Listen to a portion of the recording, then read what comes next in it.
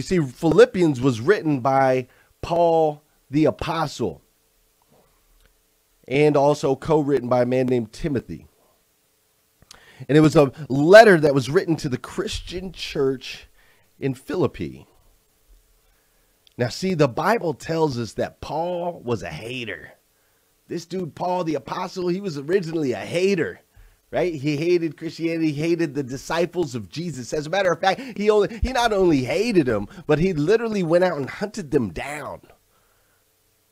Paul went out and hunted them down to capture them, the disciples of Jesus, those that were spreading the good word. He went to track them down, capture them, and ultimately have them arrested and jailed for what they were doing. And one day, the Bible tells us, one day, as Paul was on a journey to capture the disciples of Jesus Christ, because he was such a hater, while he was on this journey, he actually witnessed the presence of God and was blinded for 3 days.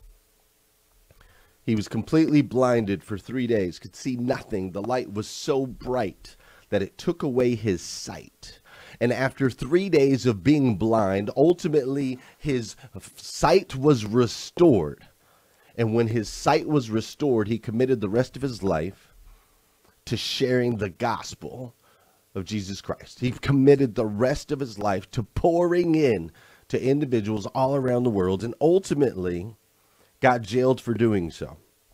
You see, Paul went out and he did this thing where he casted some demons out of this young girl. See, there was a young girl and she had demons, and so he casted the demons out, and the owner of the young girl, because she was actually a slave child, the owner of the young girl was really upset because he was using the demons that were in her to ultimately profit himself.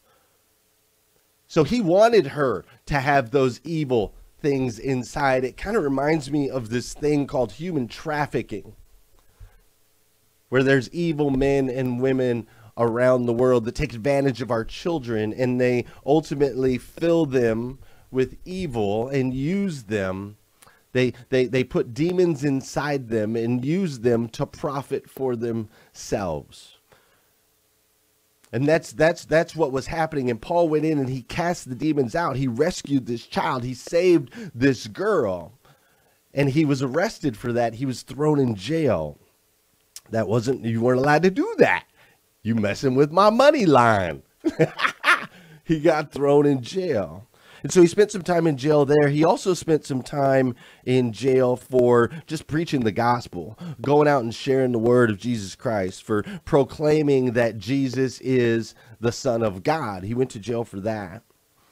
And so while he's in jail, right? While he's in jail, he wrote what some say is the most intimate, joy-filled book in the Bible.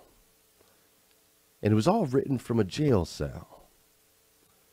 Now, you see, I understand. Like, I remember jail. I remember the fear that sits in while you're in jail.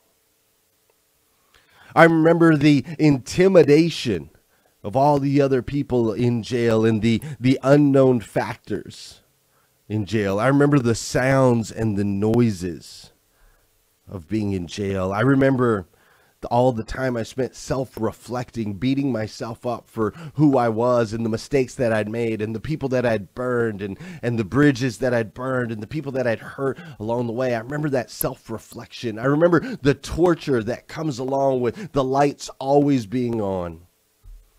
It's never dark. But yet there's no sunlight that ever touches your skin. Maybe an hour a day if you're lucky to get out in the yard. I remember the sounds of men and women being beaten. I remember the games that people played. I remember the mental games that the guards would play every 4 hours or so. Whatever you were doing would get disrupted. Whatever you were doing, the buzzer would sound and you had to go back to your cell and they had to do head counts. I remember being stripped of my dignity. I remember being forced to stand in a line with other men butt naked and bend over so that they could check for paraphernalia. I remember them coming into my cells at any given time in the middle of the night or the middle of the morning and tearing our cells apart, throwing away any sense of home or belonging. I remember jail. I remember jail really, really clearly. And so when I think about Paul the apostle, and I think about Paul writing such a heartfelt, joy-filled book while spending time in a jail cell, it blows my mind. And yet Paul's not the only one. You'll hear stories of people like Nelson Mandela. Nelson Mandela became the president of South Africa after spending 18 years in prison. And President Mandela, after spending 18 years, can you remember being 18 years in prison? Think about where you were 18 years ago. How old are you today? Subtract 18. Think about all that's happened in your life in the last 18 years. Nelson Mandela spent 18 years in prison. Comes out, becomes the president of South Africa. And he says this. This was Nelson's quote that I wanted to share with you today. He says, "I learned that courage was not the absence of fear, but the triumph over it." I'm going to read that for you one more time. Courage is not the absence of fear, but the triumph over it. I know that a lot of you are feeling fear. You're feeling fear for your family, fear for your finances, fear for your jobs. There's a lot of fear that's going on around right now in today's world, in today's climate. And so I want to impress this upon you today. The words of a man who spent 18 years in prison. 18 years with no dignity. 18 years of torture. 18 years of struggle. 18 years, right? That man is here to tell you today, for those of you that are sensing some fear or feeling some fear, Nelson Mandela wants to share that with you today. Courage is not the absence of fear. You don't need to hide it. You don't need to push it down. You don't need to act like it doesn't exist. It's there. I get it. But it's ultimately about the triumph over it. You see, you are an overcomer. You are an overcomer.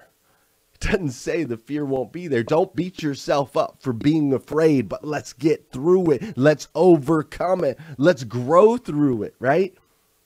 Right? That's what's been resting on my heart a lot lately with all of the things that are going on in today's climate. Let's not just go through it. Let's grow through it. Fair enough? There's another gentleman. His name is Anwar Ibrahim. Anwar Ibrahim. And Anwar Ibrahim is now the president of the People's Justice in Malaysia, but he did spend 9 years in prison. He spent 9 years in prison, and when he came out of prison, he said this. He said, "Allah as my witness, I will not be silent. I will never surrender." I think those are strong and powerful words. At a time like today, as we go through the things and the challenges that we are going through, as we move forward in this existence and in this life. You see, he says after 9 years, he says, "I will not be silent." Think about that. After being stripped of his dignity, after being tortured, after being told to sit down and shut up, when he can pee, when he can shower, when he can eat, after being told to be silent, to fall in line, he comes out and he says, "I will not be silent. I will never surrender." Listen, Rise and Grind, I challenge you. I say the same to you today in today's climate as we're dealing with the things that we are dealing with. Do not be silent and do not surrender. Do not allow yourself to end up in a ball in the corner. Do not allow your voice to be stifled. You are a leader. The decisions that you make, the words that you use, your encouragement, your motivation, your inspiration, your education, it makes an impact. Now more than ever, we must stand up. We must allow our voices to be heard. Together, united, we've got to make noise. Together, united. Just this group alone is 30,000 strong. Look at what 30,000 looks like. What's it going to look like when 335 million? 335 million don't give up, don't surrender. What's that celebration going to look like? That's what we've got coming. That's what you've got coming. Don't let them stifle your voice. Stay strong.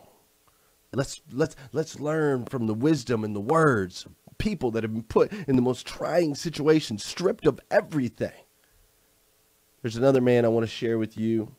I might mess up his name, but his name is Jawaharlal Nehru. Jawaharlal Nehru. Now, Jawaharlal Nehru is the Prime Minister of India. And as the Prime Minister of India, he did ultimately at one point, he spent 6 months in jail. 6 months in jail being stripped of his dignity. 6 months of his jail being quieted. 6 months of those fears that I personally witnessed and understand. 6 months of hearing those noises of the torture of the lights always being on, of never stepping into the sunshine. He spent 6 months. And when he came out, Jawaharlal Nehru says this. He says, failure comes only when we forget our ideals and objectives and principles. I'm going to share that with you one more time. Failure comes only when we forget our ideals and objectives and principles. Yours, individual. You as the individual, you have ideals, objectives, and principles that you stand by. Do not allow those to be swayed.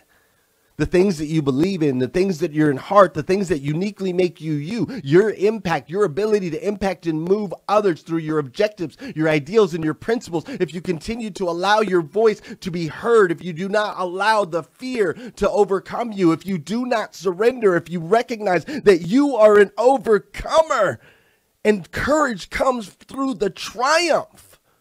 My friends, if you will realize that today, stick to it. Stay strong in what you believe in. Do not be swayed by anything outside. My goodness, Rise and Grinders. My goodness. We are in trying times. I get it. I try to avoid talking about it on this show. This is a safe place for me and for you. But listen, the reality is there's things that are going on in the world. However, the bigger reality, the piece that they're not telling you that I want to share with you today is you are an overcomer. As a child of God, you have this thing, this innate ability. If you stick to your objectives, your ideals, and your principles, you allow your voice to be heard, and you do not surrender to the fear, we will, my friends, we will overcome.